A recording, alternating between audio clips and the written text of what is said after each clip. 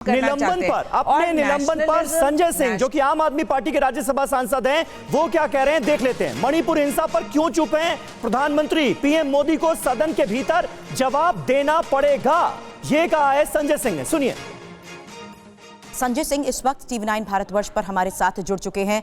संजय जी, राज्यसभा में सभापति ने आपका नाम लेकर आपको सस्पेंड किया है। मेरा सबसे पहला सवाल इसी आधार पर है कि सभापति ने तो साफ साफ कहा, आप बार बार वो आपको चेतावनी देते रहे, बावजूद इसके हंगामा होता रहा, इसलिए आप पर कार्रवाई की गई है। देखिए, 267 के नोटिस देकर पिछले 3 दिनों से हम लोग मांग कर रहे थे कि मणिपुर की हिंसा पर, मणिपुर की दरिंदगी पर, मणिपुर की हैवानियत पर, मणिपुर में हो रही हत्याओं पर, बलात्कार पे चर्चा कराई जाए और प्रधानमंत्री आके सदन में जवाब दें। कारगिल के एक योद्धा की पत्नी को नंगा करके परेड कराया जा रहा है और ऐसे विषय पे क्या पूरा देश खामोश रहेगा? फिर हम लोग इस सदन में आए क्यों हैं? हमारी जिम्मेदारी क्या है? हमारा फर्ज क्या बनता है? अगर एक देश के हिस्से में माताओं बहनों की अस्मत लूटी जा रही है तो क्या हम लोग चुप रहे? 15 मिनट तक अपने चेयर पे खड़े होकर हम सारे लोगों ने कहा 267 के नोटिस जो हमने दिए हैं उसके तहत हमें बोलने का मौका दीजिए, सदन में चर्चा कराइए। लेकिन बावजूद इसके सदन में चर्चा की अनुमति नहीं दी गई और जब मैं चेयर के पास गया कि इस पे चर्चा कराई जाए तो उन्होंने सस्पेंड कर दिया।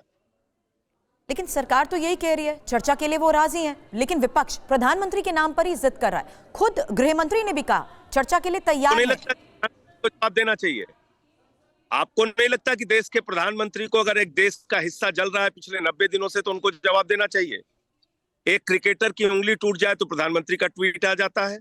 ब्राजील के फुटबॉलर को अगर कुछ हो जाए तो प्रधानमंत्री की, अगर ब्राजील के फुटबॉलर को कुछ हो जाए तो प्रधानमंत्री की संवेदना जाग जाती है। अगर चीते के साथ फोटो खिंचवाना हो तो 3 दिन प्रधानमंत्री के पास फुर्सत है। दुनिया भर की सैर करनी हो तो प्रधानमंत्री के पास फुर्सत है। रेलवे को झंडी दिखानी है तो प्रधानमंत्री के पास फुर्सत है। और इतनी बड़ी दरिंदगी और हैवानियत की घटनाओं पर प्रधानमंत्री को यहाँ आके जवाब देने की फुर्सत नहीं। आप मुझे बताइए। तो संजय सिंह को आपने सुना, संजय सिंह साफ तौर पर कह रहे हैं कि चर्चा से भाग रही है सरकार, जबकि सरकार का कहना यह है कि वो चर्चा कराने के लिए तैयार है।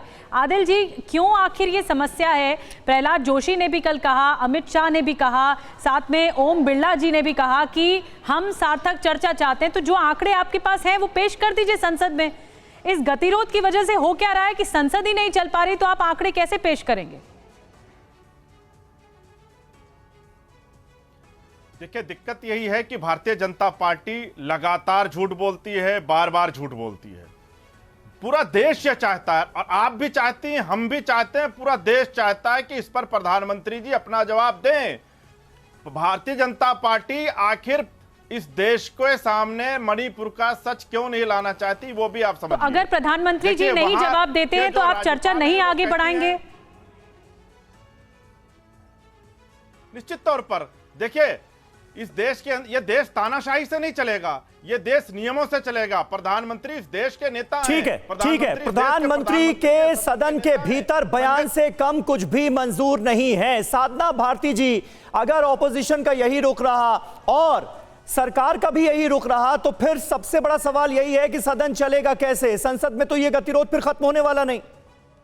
जी आदरणीय समीर जी, थोड़ा सा समय लूंगी। आपने एक आंकड़ा दिखाया कि कितना खर्चा हो रहा है संसद पर। ये तो शायद NC जी को भी पता होगा कि पिछले वक्त में लगातार, चाहे सुषमा स्वराज जी हो, अडवाणी जी हो, ये लोग कहते आए हैं कि अगर विपक्ष के मुद्दों को, जनहित के मुद्दों को उठाता है विपक्ष, उसके लिए अगर कई हजार करोड़ भी खर्च हो रहा है तो क्या बात हो गई।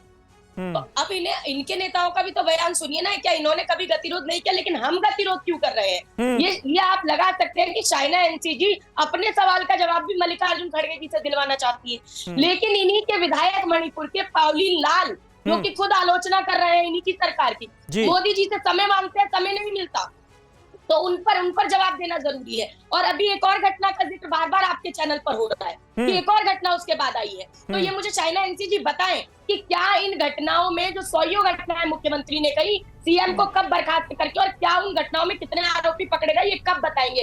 दूसरी बात मैं कहना चाहूंगी, ये एक सैनिक की पत्नी को नंगा किया गया, एक 56 वर्षीय पिता के सामने एक 21 वर्षीय बेटी के कपड़े उतारकर नंगा कर दिया गया, और वो सैनिक पूर्व कहता है कि मैं दुश्मन देश से अपने देश को बचाने में सफल हो गया, लेकिन अपनी पत्नी को देश में पल रहे दरिंदों से बचाने में नाकामयाब हो गया। क्या सुनकर इनका कलेजा नहीं कांपता?